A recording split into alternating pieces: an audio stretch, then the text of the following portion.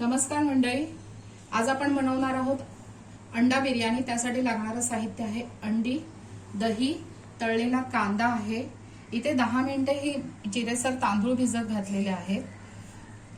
इथे आपले मसाले आहेत, गरम मसाला, लाल तिखट, धणा जिरा पावडर, हळद आणि थोडंसं जिरा आहे, मीठ आहे। आणि इथे आहे आपलं फोडणीचं साहित्य। एक कांदा घेतलेला आहे, कोथिंबीर, तेजपत्ता, कढीपत्ता, ठेचलेला लसूण आहे आणि कसुरी मेथी आहे। आपण हे कुकर मध्ये बनवणार आहोत बिर्याणी। मी हा कुकर मध्ये आधी कांदा तळलेला आहे। आता मी थोडंसं तेल टाकलं आहे, तेल तापलेलं आहे। आता आपण ह्यामध्ये जिरं टाकले, जिरं आपलं चांगलं तडतडलंय। आता ह्यामध्ये आपण तमालपत्र,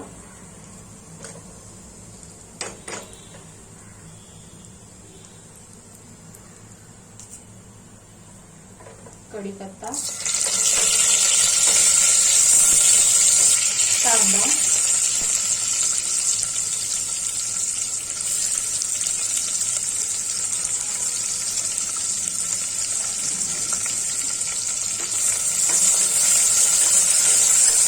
चांगलं परतून घ्यावं। कांदा मऊ होईपर्यंत आपल्याला परतायचं। कांदा मऊ होईपर्यंत आपण जे सुके मसाले घेतलेले आहेत, हळद, धणा जिरा पावडर, लाल तिखट आणि गरम मसाला, हे मसाले आपण ह्या दह्यात मिक्स करून घेणार आहोत।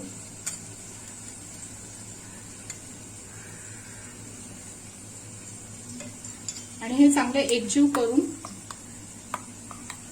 करायचं। कांदा लाल झालाय थोडा, त्याच्यात लसूण घेतलं आपण।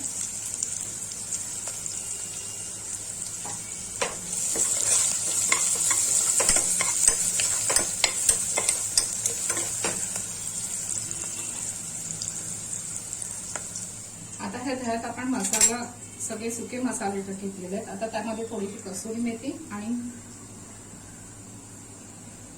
कोथिंबीर आणि हा तळलेला कांदा, हे सुद्धा आपण घालून छान मिक्स करणार आहोत।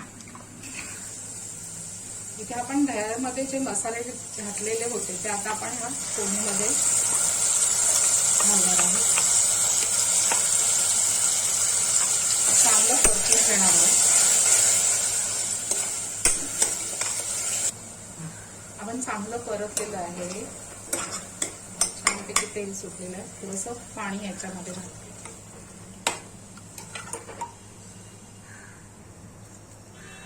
भिजवलेला तांदूळ,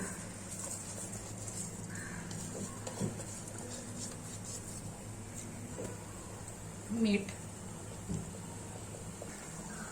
आता हे चांगलं आपण मिक्स करून घेऊ।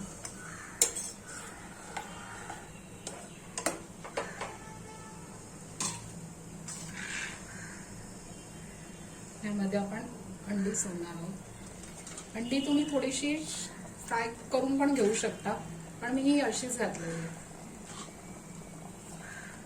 वरून तळलेला कांदा,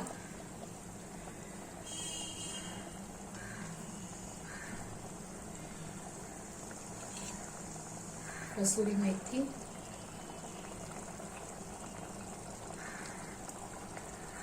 कोथिंबीर भरपूर अशी, चांगलं थोडं मिक्स करून घेऊ।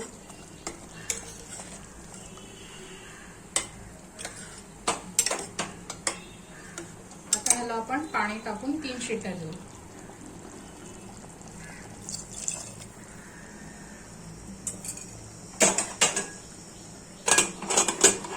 कुकर थंड झालंय, 3 शिट्या झाल्यात। आपली बिर्याणी झालेली आहे। आता आपण सर्व करू।